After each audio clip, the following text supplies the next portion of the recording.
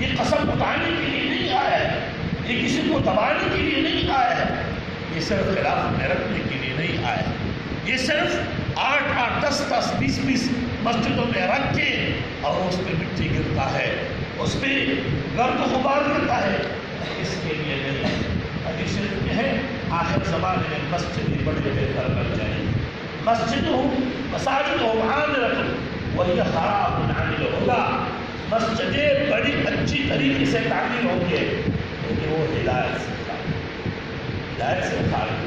اچھا ہدایت سے کیوں خالی ہے مسجد؟ ہدایت سے کیوں خالی ہوں گے؟ اس کا ایک وجہ ہوگا، ایک تو مسلمانوں کا دل مسجد کے ساتھ نہیں لگا ہو، لوگ ہدایت کی طرف نہیں جائیں گے۔ آپ کے مسجد میں جو بیٹھا ہوا ہے کبھی کبھار وہ بھی ہدایت دینے والا نہیں ہوتا ہے، وہ بھی نہیں ہوتا ہے۔ مسجد میں بیٹا شخصیت کبھی ہدایت دینے والا نہیں، اور کبھی مسجد میں آنے والا آدمی ہدایت دینے والا نہیں ہوتا ہے۔ مسجد ہی بڑے خوبصورت بن جائے گا لیکن نماز اس میں درمیان میں نہیں ہوتا، اور کبھی یہ بھی ہوگا حدیث شریف میں ہے زمانہ آئے گا مسجد صف در صف لوگ مسجد میں نماز کے لیے کھڑے ہوں گے، اس میں پر پوری مسلمان تعجب کا بات، مسجد ہے،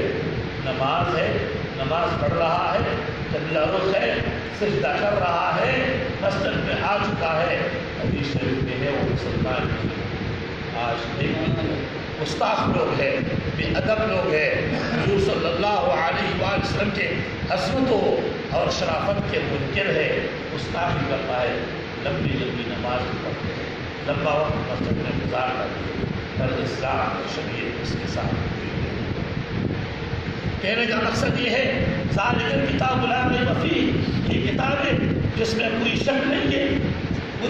ہے، بغیر شک کے کتاب ہے، اس کا حفاظت اللہ رب العزت کر رہا ہے، لیکن یہ ذالک کتاب لا ریب فیہ، خدا تو کہتا ہے کہ اس میں شک نہیں ہے، لیکن ہمارا مشکل کیا ہے؟ ہمارا مشکل یہ ہے ہم اس پر عمل کرنے میں اتنا قاصر ہے جیسا ہم اس کو یقین والا کتاب نہیں سمجھتا۔ کبھی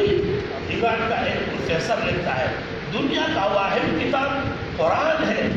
جس کو دنیا کا ایک لمبا اور بہت بڑا عظیم مخلوق اس کو مانتے ہیں اور سمجھدار بہت کرتے ہیں۔ کیا کبھی کوشش کیا قرآن کو سمجھنے؟ یہ لوگ ہمارا جو جا کر